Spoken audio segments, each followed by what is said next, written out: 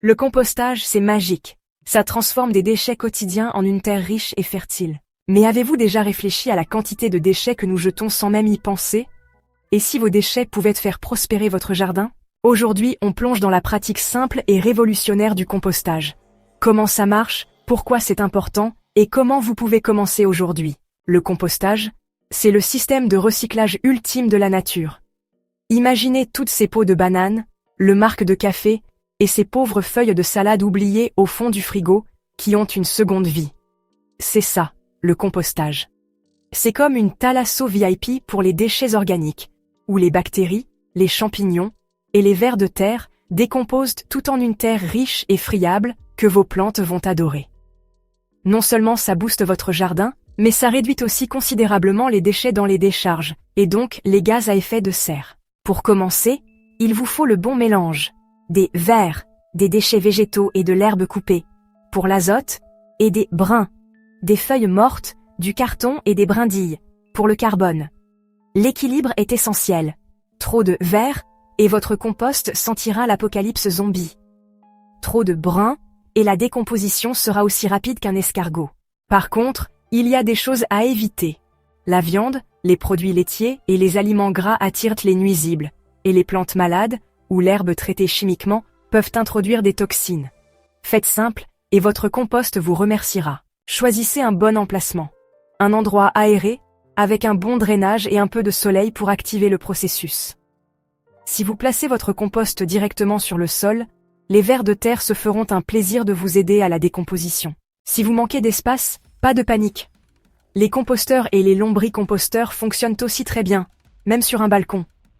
Assurez-vous simplement qu'il soit facile d'accès, parce que vous y ajouterez régulièrement des déchets et retournerez le compost. Le compostage est un art et une science, et trouver le bon équilibre est crucial. Sans assez de vers, riches en azote, la décomposition peut prendre une éternité. Trop d'azote, et votre jardin se transformera en marché aux poissons abandonnés. Les brins aident à maintenir une structure aérée et empêchent le tout de se tasser en une masse dense et privée d'oxygène. En parlant d'oxygène, retournez régulièrement votre compost, l'empêche de devenir trop humide et malodorant, tout en accélérant la décomposition. L'aération est le secret d'un compost réussi. À mesure que les matières organiques se décomposent, les micro-organismes consomment de l'oxygène et sans air frais, le processus ralentit. Pire, les bactéries anaérobies prennent le dessus, et croyez-moi, vous ne voulez pas sentir ce qu'elles produisent. Retourner le compost toutes les semaines ou toutes les 2 semaines permet d'introduire de l'oxygène, de répartir l'humidité et d'assurer une décomposition harmonieuse. Maintenant, il faut être patient. Un compost bien entretenu met généralement de 2 à 6 mois pour se transformer en un humus riche et sombre, mais plusieurs facteurs peuvent accélérer les choses. Des déchets plus petits se décomposent plus vite, la chaleur accélère la décomposition, et le fait de le retourner régulièrement maintient le processus en marche. Vous saurez qu'il est prêt quand il ressemblera à de la terre sombre, qu'il sentira la terre et qu'il ne restera plus aucun déchet alimentaire reconnaissable.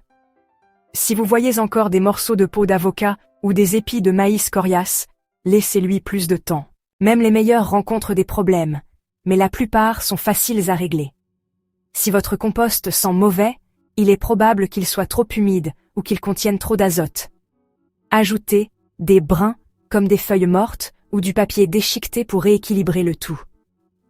Si rien ne semble se décomposer, le compost a peut-être besoin de plus de verre, d'eau ou d'aération. Et si des nuisibles apparaissent, vérifiez que vous ne compostez pas de viande, de produits laitiers ou d'aliments gras. C'est un buffet à volonté pour les rongeurs. Tout le monde n'a pas la place pour un gros composteur. Mais ça ne veut pas dire que le compostage est impossible. Le lombricompostage vous permet de composter à l'intérieur avec des vers rouges, qui transforment les déchets alimentaires en un lombricompost ultra riche. De l'or pour les plantes. Le compostage bokashi est une autre excellente option.